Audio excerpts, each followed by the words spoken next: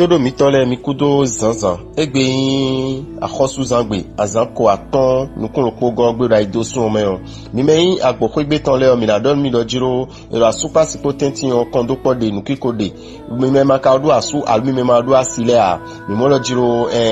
mena ba mi egbe ona supo alume na jiro mi o era supo do egbe sin azangbe lopo mi tan ekayin be lile minadon mi lo jiro akwesi apapo yo uvet debude mi anuko inatin o me deba do aso aido fideo ni lo jiro egbe sin azangbe yo ni lo jiro akwede na leti akweto eji chua kala tun lo jiro ilamena lo kan sin apapo yo nu chiko na supo mi pedero egbe sin azangbe ekayin aso sin apapo yo ero didio gege na do aso menme nu gege na timbo ena sodo apade bokwe numo koton ekalojiro enibo tempombo ni ma enibo na ave onume o wekun ekanazan wekun watongo mimeyin agbozukan meton le o minadomi pomlojiro do asupa siposi apako yo tagba pede na wa tagba mo koton ekaloji tagba wa e ma dote o e ma lojiro e o so chu e na do ho mo koton o eni ya do ho mo koton simbonu nukiko ni leko ahun do me we me makado asu alo we me madu asia mi mo lojiro ana tempon kabo medicine na je to eji alo nu to na je mele tonji dandan lo egbesi asangbe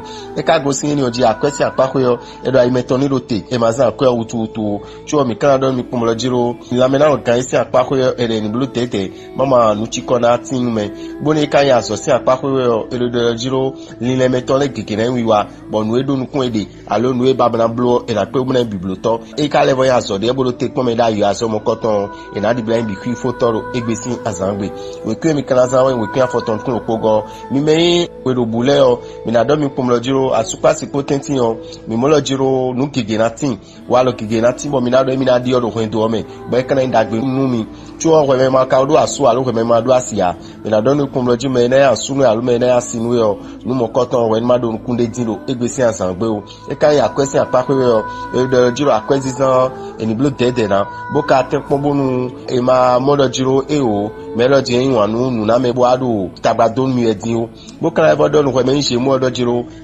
lamena kan isi apako we o ando kan jira agbazame amo en tun lojiro ndudu dugbeja won ndudu emi ami ma support de awe na dudu egbesin asangbe mi menje mo le mi na do mi lojiro azome o nu ko ina tin mi na azome bo lili mi tole kigene wi wado azome bo mi na mo lojiro nu kigeti bo ena le sodo asimi pe we kwin mi na san we kwin konko atongo we mi na san bana kodogongba mi me kan ya gasale o bo do asu alobodo asi o mi mo lojiro de mi na blogun basumi ton wa iton na lejeji mi alo asimi ton mi na enale wan mi gona numo koton na ile limiton mi kan ever don ko me cancel ko mla don lojiro ani tun la super sikosin apako yo en nu wi adebude alo limito edebu wo si apako ibo anamo asu alo amo asi yo numo koton anayi mi moto amo e kalojiro fe don meto yo we ni depo mama eni lazon bo me ba de le won le di o me mo koton enagbe koto e we me kai cancel lupo minado mi pomlojiro akwesi apako yo erudide jiro tameli meton nuewa aimen me ewe na blood akwesi apako e ma lo danda me de bojina do blogbon le be na biblioto e ka yin la mena lo kan si apako yo mi mo ouvert de bonu vraiment cancer lupo le minado mi pomlojiro azome o erudide jiro eni tempon bo blood de bojo ko mesi ondo e ma yin la hun din ha azogbe meton le o mama e na fe o pediro egbesi azangbe we kwin mi kanaza we kwin watongo mi me kini le mi na do mi pomlojiro we me ma do asu alo we me ma do asia mene asunu alo mene asinu anape me mo koton no egbe chuo e kan asupa siposi apako we de mi na blogun mo na disa de mi na blogun mo na konu de mi na blogun mo awajire na wa fun do mi to me o no na ni nu we me kini o do egbe chuo mi kan do ni pomlojiro akwesi apako we ero imlo tete bonu ndebu we uve debude yo e ma jo me de do jiro du de jinatinu me e kan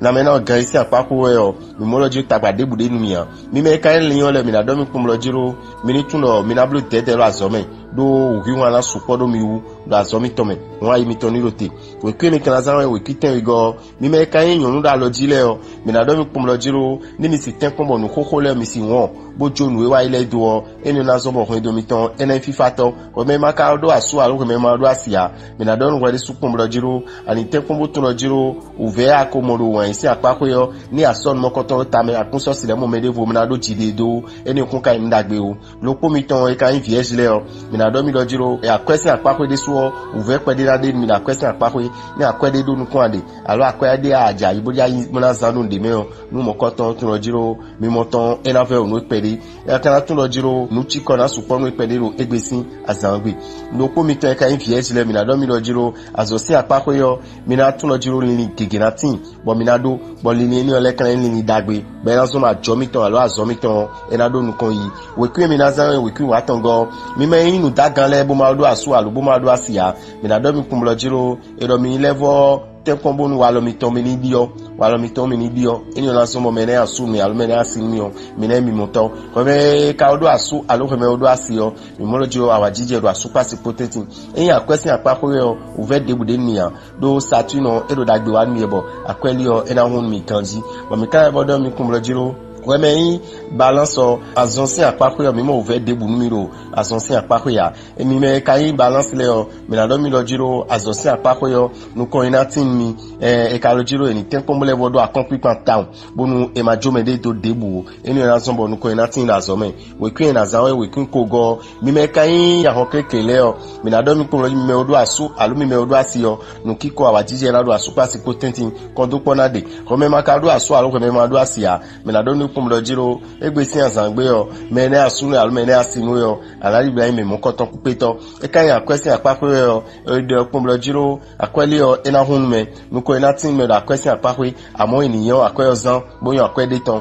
ko me kan scorpion bo cigar no mu mi na do egbesi azangbe wo ni so mo koton igbe bigbidi bo de tasimi bo tun lo jiro ku yin ni o be mi lo bibedo gbezen mi to me ko me lo po e kan scorpion mi na do no kumlo azosin apako yo ninu debude ba jablo nu dakode de ba jablo alo walo dakode de ba jaze do azoto isi apako yo e do ren le no tero azaton azone ko chubo blo mo koton e na zo mo ko ina tinwe we kun akanaza we kun we go mi me ngada to le bo wa do aso albo mo do asile a mi na do mi do jiro nu mo koton me na sepo mi egbe alo me de mi na sepo egbe ona suporo won isi apako chu o me ka do aso alo ko me do asio imology kondo pode nu kiko do aso pass potentin mi kana do mi pomlo jiro akwesi apako yo mini tuno jiro tadagbe na tin mi nuko na tin mi akwesi apako amo ayimeton ni rote nu akwe ozizan la meni no si apako yo mi na do mi lo jiro la meni ton mi mo lo jiro ero ganjilo misi tu o mi kana do mi lo jiro azosi apako yo